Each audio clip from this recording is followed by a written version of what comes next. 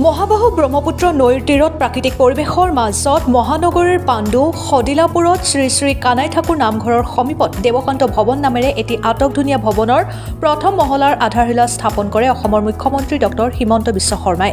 মুখ্যমন্ত্ৰীয়ে ভৱনটো উদ্বোধন কৰি দিয়া ভাষণত সদিলাপুৰৰ বিভিন্ন সমস্যা সমাধান কৰাৰ বাবে মুখ্যমন্ত্ৰীয়ে আশ্বাস প্ৰদান কৰে।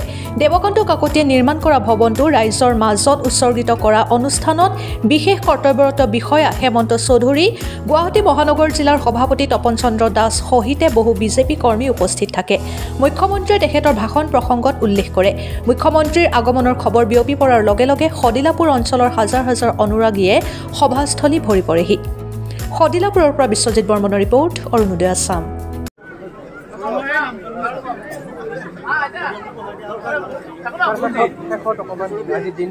আজি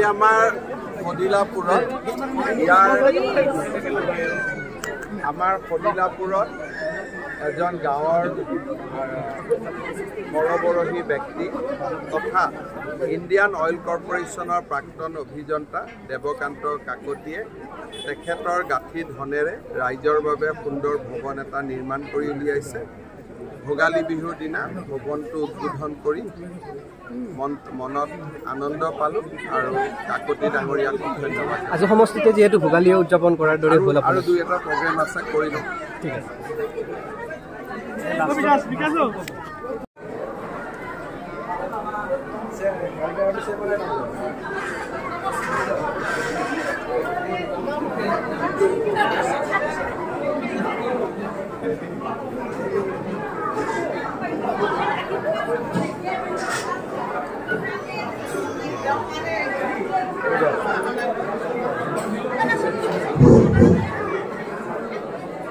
সকলোৱে শৃংখলাবদ্ধভাৱে আসন গ্ৰহণ কৰক। সকলোৱে আগত কি হোৱা মানুহবিলাক পিছলৈ যাওক। শৃংখলাবদ্ধভাৱে সকলোৱে আসন গ্ৰহণ পিছৰ মানুহখিনি দেখা ল'ব লাগিব। আগত থিয় হোৱা মানুহখিনি পিছলৈ যাওক বা চাইডলৈ যাওক। আগত থিয় হোৱা আমি অনুষ্ঠিত অনুষ্ঠান এটা কৰি মই কানাই ঠাকুৰ নামঘৰৰ সভাপতি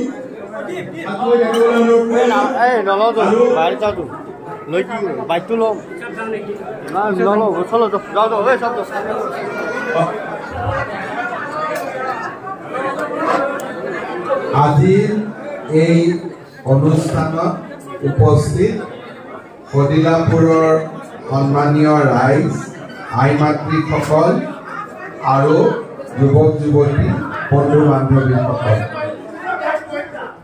যোৱাবাৰ দুৰ্গা পূজাত আপোনালোকৰ মাজলৈ আহোঁতে দেৱকান্ত কাকতি ডাঙৰীয়াই মোক নিৰ্মীয়মান ভৱনটো দেখুৱাইছিলে আৰু মোক কৈছিলে যে আপুনি আহি এই ভৱনটোৰ উদ্বোধন কৰিব লাগিব।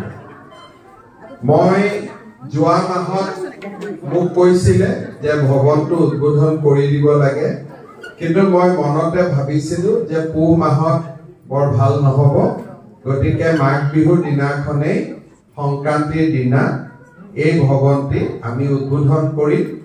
আৰু আজি এই ভৱনটো উদ্বোধন কৰিবলৈ পাই মই সঁচাকৈয়ে গৌৰৱ অনুভৱ কৰিছোঁ।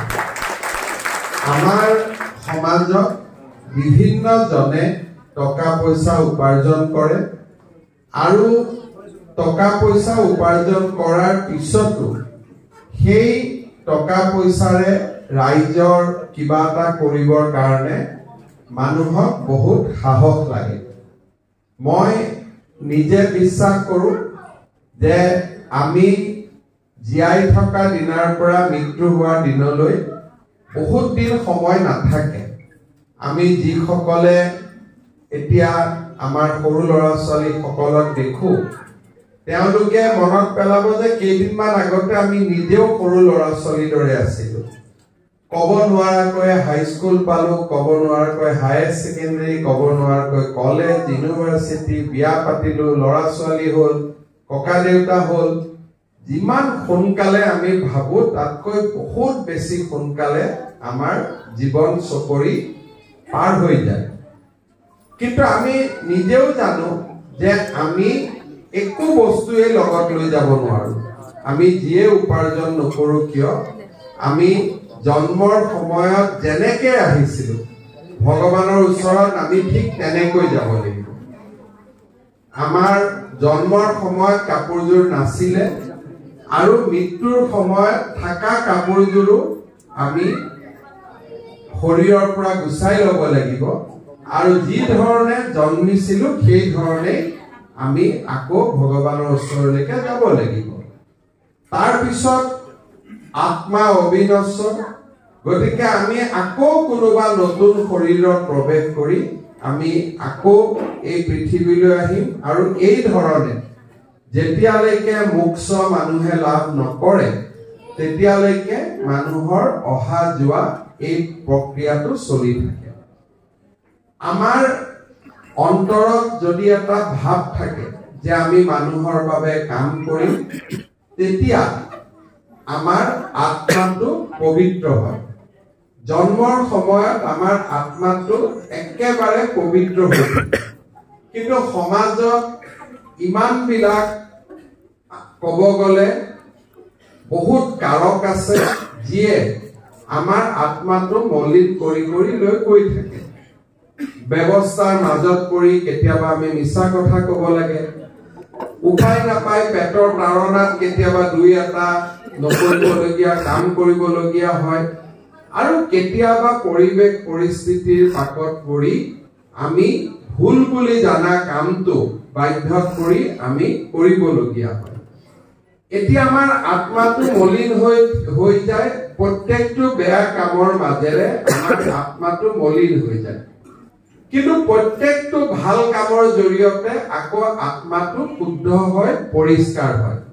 যেনেকে কাপোৰ এযোৰ চাবোন দি ধুই দিলে চাফা হৈ যায় তেনেকে প্ৰত্যেকটো ভাল কামে আমাৰ শৰীৰটোৰ লগত থকা আত্মাটো পৰিষ্কাৰ কৰি থাকে ভাল কামৰ কোনো সংজ্ঞা নাই মই ক'ব পাৰো যে মই এখন ডাঙৰ হস্পিটাল বনাইছো সেইটো এটা ভাল কাম কিন্তু মোৰ আৰ্থিক অৱস্থা হস্পিটাল বনাব পৰা নহয় মই গছ এডাল ৰু আৰু গছডালত সদায় ৰাতিপুৱা মই পানী দিওঁ সেইটো এটা ভাল কাম ভাল কামৰ কোনো সংজ্ঞা নাই যোনে যেনেকে পাৰে সেইটোৱে হৈছে ভাল কাম এই